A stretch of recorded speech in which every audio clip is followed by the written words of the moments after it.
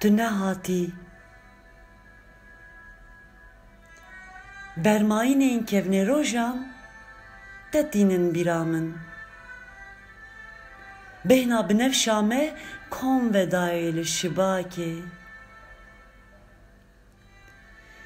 Hilma aramiyên terkîxêm henesayên dawiyê dikişînin.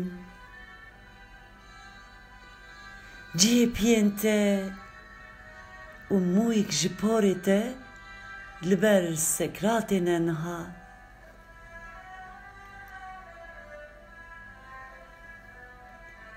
Ez di bîra bîrkirinê de qet nayêm bîra te dizanim.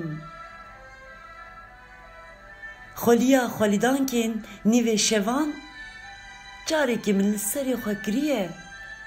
De çawa ji bîr bikim şanaşîna Nergîs û Nesrînan, xeyalên demên dirêj.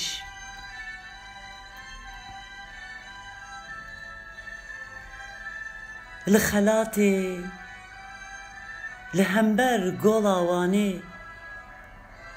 li ser şana şîna evînê,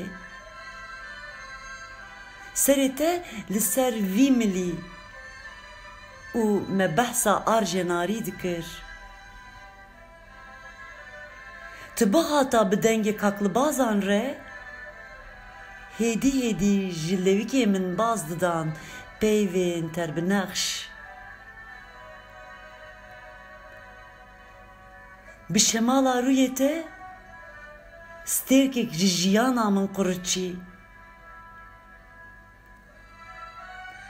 Te bi mijekî kûr cixareyê xwe li ser dilê min temirand û tu çûyî.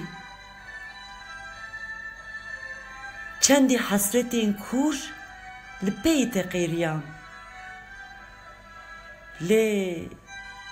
Lê tu nehatî, tu nehatî, nehatî.